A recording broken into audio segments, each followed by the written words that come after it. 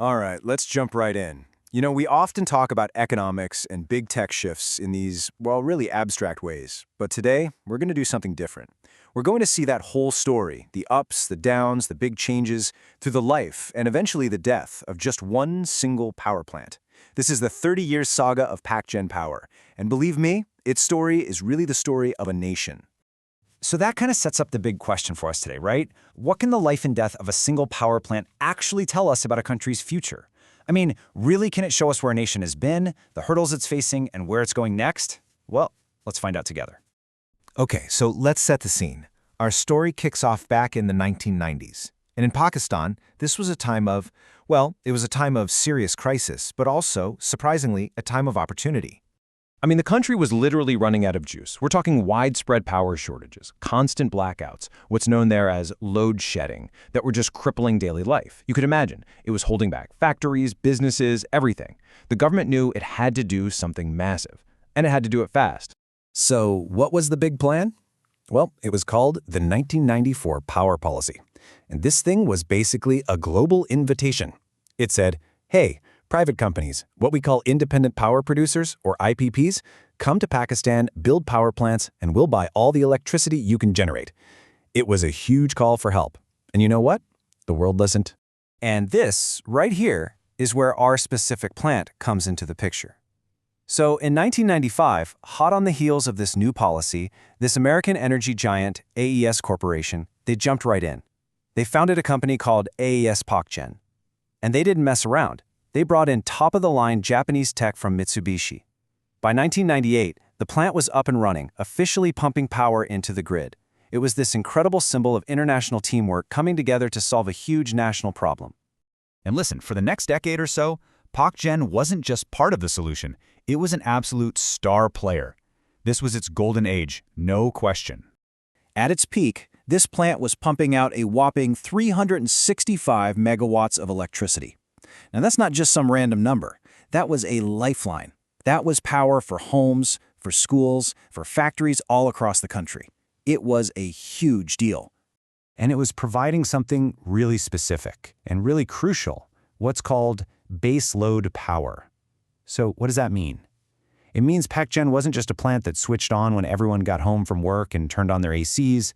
No, it ran constantly, 24/7, providing that steady, reliable hum of electricity a country needs just to function. It was the absolute workhorse of the national grid.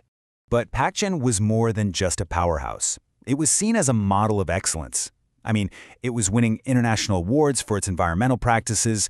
It even pioneered self-monitoring for emissions in the country, which was groundbreaking. And think about it. For an oil-fired plant back then, that was a massive achievement.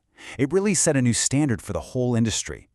Right, so everything's going great for over a decade. But then, the story takes a big turn. A plot twist, if you will. The plant was about to come home. So in 2010, the original American founder, AES, decides it's time to leave the Pakistani market. And who steps in to buy it? None other than the Nishat Group, which is one of Pakistan's biggest and most influential homegrown companies. We're talking a massive $350 million deal. So just like that, ownership went from a global giant to a local powerhouse. And with that new ownership, of course, came a new identity. The plant gets a new name, Pakgen Power Limited, and it gets listed on the Pakistan Stock Exchange, becoming a public company.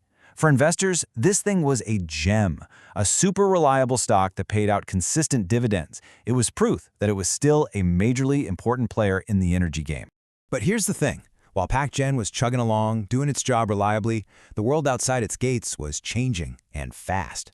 The very thing that made it so successful, its business model, was about to get hit by a wave of new tech and new economic pressures. The tides were turning. Now, to really get what happened next, you have to understand this one key term, capacity payments. It's super important. See, under that original 1994 deal, plants like Pakgen got paid not just for the power they actually sold, but just for being ready to make power, just for being available. In the early days, that made perfect sense, right? You had to convince people to invest.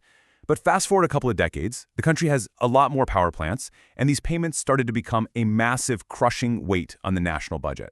And this is the real heart of the problem. Pakgen ran on furnace oil, which is expensive and its price jumps all over the place. At the same time, you've got new energy sources coming online, solar, wind, where the fuel cost is basically zero. So if you're the government and you're trying to save money, what do? Use the cheap energy first, of course. That meant Pakgen was sitting idle more and more often, but the government still had to pay them those huge capacity fees just for being there. Ouch. So you can see this pressure just building and building. It was an economic time bomb, and eventually something had to give. And when it did, the final chapter for Pakgen was, well, it was dramatic and it was fast. The government's contract with the plant, the thing called the Power Purchase Agreement, was cut short, not by a little, but by 30 months, 2.5 years early. And you've got to understand, this wasn't some casual decision.